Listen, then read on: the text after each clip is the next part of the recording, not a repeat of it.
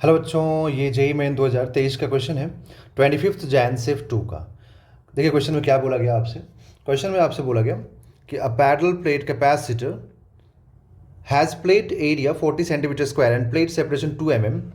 The space between the plates is field with the dielectric. जो space है ना, पहले तो जब एयर था तब 2 mm है और 40 सेंटीमीटर का स्क्वायर एरिया है, बट जब बोला गया बाद में कि जो उसके बीच का स्पेस है उसको हम एक डाइलेक्ट्रिक से फील कर रहे हैं, बट डाइलेक्ट्रिक का थिकनेस कितना है 1 mm। मतलब ये हुआ कि जो 2 mm का स्पेस है ना, उसमें सिर्फ हम लोगों ने 1 mm ही फिल किया है, जिसका डाइलेक्ट्रिक कांस्टेंट 5 दिया हुआ है। तो पूछ रहा है कि जो न्यू कैपेसिटेंस होगा सिस्टम का वो क्या होगा।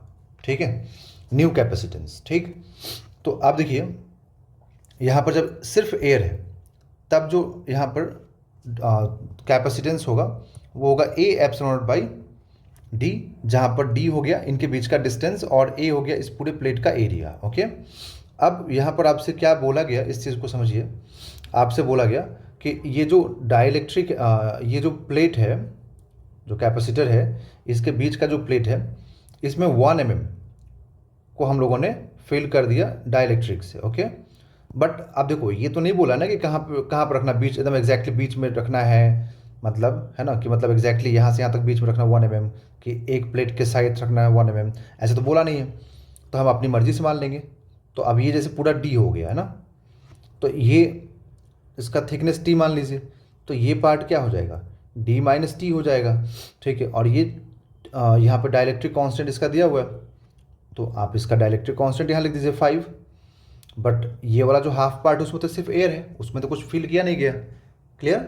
ओके, अब देखिए डाइलेक्ट्रिक अगर कांस्टेंट है पार्शियली फील्ड, तो कैपेसिटेंस का जो फॉर्मूला होता है डायरेक्ट मैं लिख दे रहा हूँ यहाँ पर, ये होता है। तो अगर आपको ये फॉर्मूला याद है तो आप डायरेक्ट यहाँ पे सॉल्व करेंगे तो एकदम 2 मिनट से भी नहीं लगेगा, मुश्किल से 30 सेकंड लगेगा या 40 सेकंड लगेगा इसको सॉल्व करने में। अगर आप सिर्फ अपने लिए सॉल्व कर रहे हैं, जैसे मैं वीडियो बना रहा हूँ तो आप सबको समझाने के लिए बना रहा हूँ, तो इसमें तो टाइम थोड़ा लगेगा। बट अगर आप एग्जाम में सॉल्व कर रहे हैं तो मुश्किल से 30 से 40 सेकेंड लगेगा, इससे ज़्यादा टाइम नहीं लगेगा। ठीक है, बट अगर किसी को फॉर्मूला नहीं मालूम है तो उस केस में क्या करें, तो उस केस में कंप्लीट आपको पूरा प्रोसेस से सॉल्व करना पड़ेगा। जैसे कि आप इधर मान लीजिए कि यहाँ पर आपने बैटरी कनेक्ट किया है, तो चार्ज इधर से पास करेगा तो चार्ज इधर बाहर निकलेगा। ठीक है, तो वही चार्ज इससे ऐसे पास करेगा, इसका मतलब कि ये और ये दोनों किस में हो गया, दोनों हो जाएगा यहाँ पर सीरीज़ में। एंड सीरीज़ का जो फॉर्मूला होता है कैपेसिटेंस में वो क्या होता है, इसको आप C1 मान लीजिए, इसको C2 मान लीजिए, है ना। तो सीरीज़ का फॉर्मूला होता है 1/C1 प्लस 1/C2। ठीक है, तो अब जो डाइलेक्ट्रिक कांस्टेंट वाला C1 है, उस C1 को आप क्या लिखेंगे, देखिए तो C1 को लिखेंगे आप यहाँ पर कि C1 इज इक्वल टू, आप इसको आप एक सेपरेट कैपेसिटर मानेंगे टी थिकनेस टी डिस्टेंस का, है ना। मान लेंगे ये और ये एक अलग प्लेट हो गया जिनके बीच का डिस्टेंस टी है ना। तो अब जब डाइलेक्ट्रिक के साथ देखते हैं ना, तो डाइलेक्ट्रिक के साथ क्या होता है कि के टाइम्स कैपेसिटेंस बढ़ जाता है। ठीक है, तो ए एप्सिलॉन नॉट के ए एप्सिलॉन नॉट अपॉन यहाँ पर डिस्टेंस हो गया दोनों लाइन के बीच में, इसमें प्लेट्स के बीच में टी। ठीक है, प्लस सॉरी प्लस नहीं, अब ये हो गया। अब यहाँ से आप C2 लिखेंगे जो एयर वाला है, तो एयर में तो सिर्फ डी माइनस टी और इसमें डाइलेक्ट्रिक है नहीं, तो आप यहाँ पे कुछ के पुट नहीं करेंगे, के का वैल्यू यहाँ पे 1 रख देंगे एयर के लिए। ठीक है, अब यहाँ से आप सॉल्व करेंगे ये C डैश के लिए, तो आप लिखेंगे 1/के A epsilon naught divided by T plus 1/, अब एयर वाला पुट कर देंगे, A epsilon naught by D minus T. तो ये जो है ना ये वाला, ये चला जाएगा न्यूमरेटर में। ठीक है, तो जब न्यूमरेटर में जाएगा तो आप क्या लिखेंगे इसको कि टी अपॉन के ए epsilon not plus D minus T upon A epsilon not. Okay, तो यहाँ से आप 1/ए एप्सिलॉन नॉट कॉमन कर लेंगे, और टी क्या है 1 mm है थिकनेस, तो 1 mm रखेंगे, डायरेक्ट्रिक कांस्टेंट 5 है 5 रखेंगे। यहाँ पर डी जो है ना वो 2 mm है और ये टी 1 mm है, डिवाइडेड बाई 1।